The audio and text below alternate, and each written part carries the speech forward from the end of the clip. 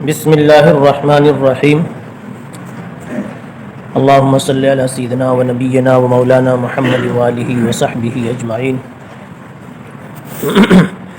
باب اذا تزوج البکر علی السیب، سیبہ کے ہوتے ہوئے جب باکرہ سے شادی کرے تو باری کا معاملہ کس طرح کرے، یہ مقصد ہے باب کا۔ پہلے سے سیبہ موجود ہے اور دوسرا نکاح باکرہ سے کر رہا ہے، تو پہلی ملاقات کے لیے باکرہ کو کتنے دن دیوے۔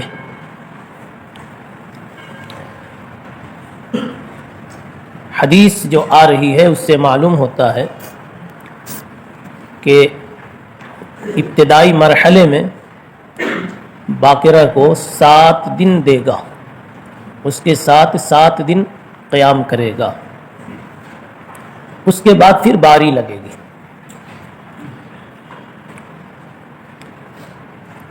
باب اذا تزوج البکر علی السیب، به قال حدثنا مسدد قال حدثنا بشر قال حدثنا خالد عن ابي قلابة عن انس ولو شئت ان اقول قال النبي صلی اللہ علیہ وسلم۔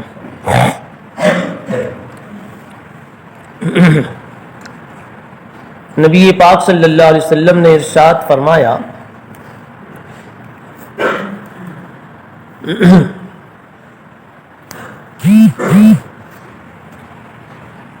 اذا تزوج البکر اقام عندها 7۔ اس روایت کو جو بیان کیا حضرت انس نے، تو یوں بھی چاہتے تو کہہ سکتے تھے قال النبی صلی اللہ علیہ وسلم، لیکن یوں کہہ دیا قال السنہ اذا تزوج البکر۔ سنت یہ ہے کہ جب کوئی شادی کرے باکرہ سے تو اس کے پاس قیام کرے 7 دن۔ بس یہ روایت مرفوعہ کو بیان کرنے کا ایک طریقہ ہے۔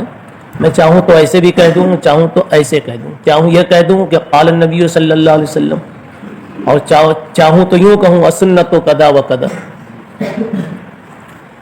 جی مضمون یہی ہے کہ جب شادی کرے باکرہ سے تو وہاں 7 دن قیام کرے، اور جب شادی کرے سیبہ سے، باکرہ پہلے سے ہو اور سیبہ سے شادی کرے، اقام عندها 3، تو اس کے پاس 3 دن قیام کرے۔ باکرہ کی رعایت کرتے ہوئے 7 دن اور سیبہ کے مقام کو دیکھتے ہوئے 3 دن۔ چونکہ باکرہ کو ابھی شوہر سے گھر چھوڑ کر آ کر شوہر سے کے ساتھ رہنے کا پہلا اتفاق ہے، اس لیے یہاں تانیث اور تحبیب کی تالیف کی ضرورت زیادہ ہے۔ اور سیبہ چونکہ سیبہ ہے، وہ پہلے کہیں رہ چکی ہے گھر چھوڑ کر، ماں باپ کو چھوڑ کر، تو اس قدر وہاں تالیف کی ضرورت نہیں ہے۔ تو تالیف قلب کے لیے باکرہ کو شادی کر کے لائے گا تو اس کے ساتھ 7 دن رہے گا، سیبہ کو شادی کر کے لائے گا تو 3 دن رہے گا۔ اذا تزوج السیب علی البکر، اوپر کی روایت میں جو مضمون آیا تھا حدیث کے جزو ثانی سے، اسی کو لے کر کے یہاں عنوان منعقد کیا ہے کہ اگر کسی نے سیبہ سے شادی کی، پہلے سے باکرہ تھی، تو 3 دن قیام کرے گا اس کے ساتھ۔ اسی مضمون کو یہاں نقل کیا ہے، حدیث وہی ہے۔ بہی قال حدثنا یوسف بن راشد قال حدثنا ابو اسامہ عن سفیان قال حدثنا ایوب وخالد عن ابی قلابة عن انس قال من السنة اذا تزوج الرجل البکر علی السیب اقام عندها 7 وقسم واذا تزوج السیب علی البکر اقام عندها 3 ثم قسم۔ تقسیم باری کی بعد میں ہوگی۔ سیبہ کو لایا تو 3 دن پہلے اس کے ساتھ قیام کرے، باکرہ کو لایا تو 7 دن قیام کرے، ثم قسم، پھر باری لگائے۔ قال ابو قلابہ ولو شئت لقلت ان انسا رفعه الى النبي صلی اللہ علیہ وسلم۔ میں اگر چاہوں، ابو قلابہ نے کہا، میں اگر چاہتا تو یہ کہہ دیتا کہ انس نے اس حدیث کو نبی پاک صلی اللہ علیہ وسلم کی طرف منسوب کر کے مرفوع پیش کیا ہے، یعنی السنہ جو کہا اوپر من السنہ، تو اسی کو یہ کہہ رہے ہیں. وقال عبد الرزاق اخبرنا سفیان و ایوب و خالد قال خالد ولو شئت قلت رفعه الى النبي صلی اللہ علیہ وسلم. باب من طاف على نسائه في غسل واحد. ایک آدمی کے پاس چند بیویاں ہیں، ایک آدمی کے پاس چند بیویاں ہیں، تو ایک ہی رات میں ساری بیویوں سے اگر وہ ملنا چاہتا ہے تو کیا ہر بیوی کے لیے، ہر بیوی کے پاس جانے کے لیے اور ہر بیوی سے فارغ ہو کر نیا غسل کرنا ہے؟ تو اس عنوان نے یہ بتایا کہ ہر بیوی سے فراغت کے بعد نئے غسل کی حاجت نہیں ہے، ایک ہی غسل سے ساری بیویوں کا طواف کر سکتا ہے، ساری بیویوں، چاروں بیویوں سے مل سکتا ہے. اصل میں یہاں دو درجے ہیں، ایک افضل درجہ ہے. افضل درجہ یہ ہے کہ ایک بیوی سے فارغ ہو کر دوسری بیوی سے ملنے سے پہلے نیا غسل کر لے، دوسری کے لیے نیا غسل کر لے. اس میں دو باتیں، ایک تو یہ ہے کہ دوسری بیوی کو کسی قسم کی کراہیت نہیں ہوگی، اس میں تطیب خاطر ہے. اور دوسری بات یہ ہے کہ غسل سے ایک نشاط جدید پیدا ہوگا، تو دوسری بیوی کا حق بھی پورا ادا ہوگا، اس لیے کہ مجامعت کا جو معاملہ ہے سراپا نشاط پر ہے. جتنا نشاط ہوگا اتنا ہی زیادہ جمع صحیح متحقق ہوگا، ورنہ تو دوسری بیوی کا حق پورا ادا نہیں ہوگا. اس لیے افضل یہ ہے کہ پہلی بیوی سے فارغ ہو کر غسل کریں، اس کے بعد پھر دوسری بیوی سے ملیں. دوسرا درجہ یہ ہے کہ پہلی بیوی سے فارغ ہو کر وضو لغوی کر لے، بلکہ یوں کر لے، وہ غسل کر لے، غسل کی جگہ پر غسل کر لے، تلوث کی جگہوں کو دھو لے، جہاں جہاں لگے کہ نجاست لگی ہے، مثلا ذکر وغیرہ صاف کر دھو لے، اور وضو کر لے. وضو کرنے سے بھی چونکہ ایک نشاط کی کیفیت پیدا ہو جاتی ہے، اس لیے یہ دوسرے درجے میں مطلوب ہے، مگر ایسا کر لینا یہ بھی اچھا ہے. اب تیسرا درجہ یہ ہے کہ کچھ نہیں کیا لیکن پھر بھی دوسری بیوی سے ملاقات کر لیا، تو یہ بھی مباح ہے. کیا ہے؟ جائز ہے. اب ایک سوال آپ یہ کر سکتے ہیں کہ ایک رات میں ایک ہی بیوی کی باری ہو سکتی ہے، تو سب سے ملنے کا سوال کہاں سے ہوا؟ ایک رات سے کم کی باری نہیں ہوتی، سمجھا؟ تو پھر یہ ایسا کیسا کہ ایک ہی رات میں سب سے ملنا؟ جواب، وہ رات جو کسی کی باری میں نہیں ہے، اس رات میں سب سے ملاقات کرنا چاہے تو کر سکتا ہے، اس لیے کہ وہ سب کی رات تھے. مثلا ایک دور چلایا 4 بیویوں کا، 1 2 3 4 پر جا کر کے چوتھے دن باری پوری ہو گئی. اب پھر باری باندھنی ہے، تو باری باندھنے کے بجائے 5واں دن خالی رکھا اور اس میں سب سے ملاقات کر لی. جی اگلا باب دیکھیے، روایت ہے بہی قال حدثنا عبد الاعلی ابن حماد قال حدثنا يزيد بن زريع قال حدثنا سعيد بن قتادة ان انس بن مالك حدثهم ان نبی اللہ صلی اللہ علیہ وسلم كان يطوف على نسائه في الليلة الواحدة. نبی پاک صلی اللہ علیہ وسلم ایک ہی رات میں اپنی تمام بیویوں پر گشت فرما لیا کرتے تھے. تو آپ کیسے کرتے تھے گشت؟ اس کا 2 موقع بتایا گیا. جب کبھی آپ سفر سے واپس ہوتے تھے غزوات وغیرہ سے، تو چونکہ کافی دن فاصلے کے ہو چکے ہوتے بیویوں سے، اس لیے آتے ہی پہلا دن جو ہوتا تھا وہ کسی کی باری کا نہیں ہوتا تھا، سب کی باری کا ہوتا تھا. اور جب جانا ہوتا تھا لمبے سفر پر، تو جو نکلنے کا دن ہوتا تھا، یعنی جو نکلنے کا دن ہوتا تھا، وہ دن بھی کسی ایک کا نہیں ہوتا تھا، وہ سب کا ہوتا تھا، تاکہ کسی کی باری لمبی نہ ہو جاوے. جی تو اس طرح سے کبھی کبھار نوبت آتی تھی. وَلَهُ يَوْمَئِذٍ 9 نسوہ، نبی پاک صلی اللہ علیہ وسلم کی 9 بیویاں تھیں، اور اس طرح سے آپ ان پر گشت فرما لیا کرتے تھے. باب دخول الرجل علی نسائہ فی الیوم، کل کے سبق میں یہ بات بتائی گئی تھی کہ باری جو ہے رات کی معتبر ہے. رات کی باری میں، رات کے اوقات میں ایک بیوی کی باری کا کوئی حصہ دوسری بیوی کو نہیں دیا جا سکتا. ضرورت اور اجازت کا مسئلہ مستثنا ہے. مثلاً اجازت دے دے, ضرورت ایمرجنسی پڑ جائے کچھ, وہ تو پوچھنے کی ضرورت ہی نہیں. رات کی کوئی گھڑی, ایک بیوی کی باری کی کوئی گھڑی دوسری بیوی کو نہیں دے سکتے. رہ گیا مسئلہ دن کا, دن میں خیر خیریت پوچھنے کے لیے آنا جانا جائز ہے دوسری جگہوں پر, لیکن ایک دن کی اگر باری ہے تو کھانا پینا سب وہ پورا سارا کام 24 گھنٹے کا اسی بیوی سے متعلق ہوگا. اب آگے دوسری جگہ کھانا جانا آنا یہ سب اس کی رضامندی پر ہوگا, لیکن بوقت ضرورت اور بقدر ضرورت وہ شوہر جا سکتا ہے.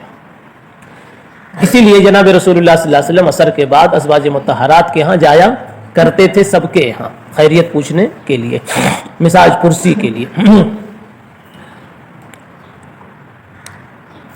به قال حدثنا فروہ قال حدثنا علی بن مسہر عن ہشام عن نبی عائشہ رضی اللہ تعالی عنہ کان رسول اللہ صلی اللہ علیہ وسلم اذا انصرف من العصر دخل على نسائه فیدنو من احداہن فدخل على حفصة فاحتبس اکثر ما کان یحتبس. نبی پاک صلی اللہ علیہ وسلم جب عصر کی نماز سے فارغ ہو جاتے تو اپنی بیویوں کے پاس تشریف لاتے تھے. فیدنو من احداہن, تو ایک ایک عورت کے پاس, ایک ایک عورت سے, فیدنو من احداہن کسی عورت سے قریب بھی ہوتے, یعنی مطلب کسی عورت کے پاس کبھی بیٹھ بھی جاتے. فاحتبس فدخل علی حفصۃ فاحتبس اکثر, ایک دن حضرت حفصہ کے پاس آئے اور بیٹھ گئے اور رک گئے دیر تک. ازواج مطہرات کے پاس آتے تھے, ان کے قریب ہوتے تھے, ایک دن حفصہ کے پاس آئے اور دیر تک بیٹھ گئے عادت کے خلاف. اکثر ما کان یحتبس, وہی قصہ ہے کہ دیر تک بیٹھ گئے اور پھر کچھ مسئلہ بن گیا اور پھر شہد کا قضیہ پیش آیا, لیکن اس میں حفصہ کا نام آیا. اور آپ نے اس سے پہلے سنا ہے کہ وہ حضرت زینب بنت جحش کا واقعہ تھا.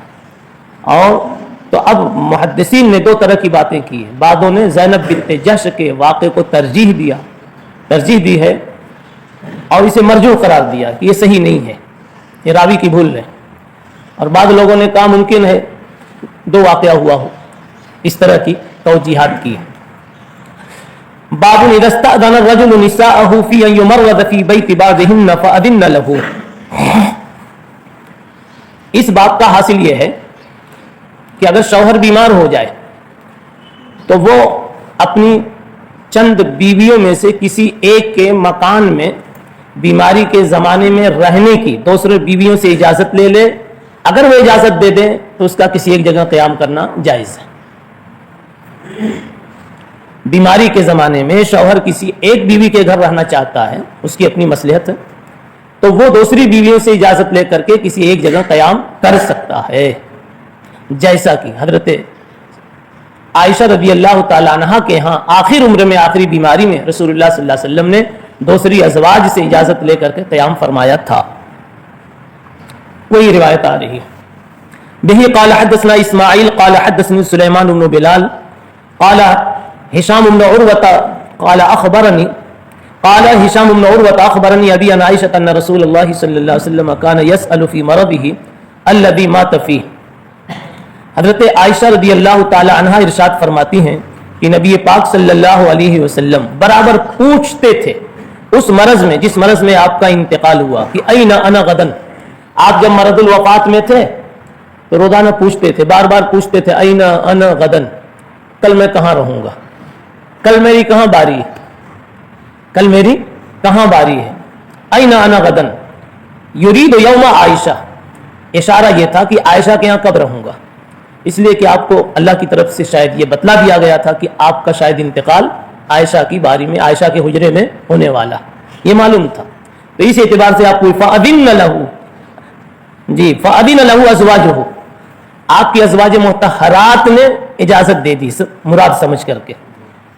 یکون حیث شاء فکان فی بیت عائشہ حتی مات عندها, کہ آپ حضرت عائشہ کے ہاں قیام کریں.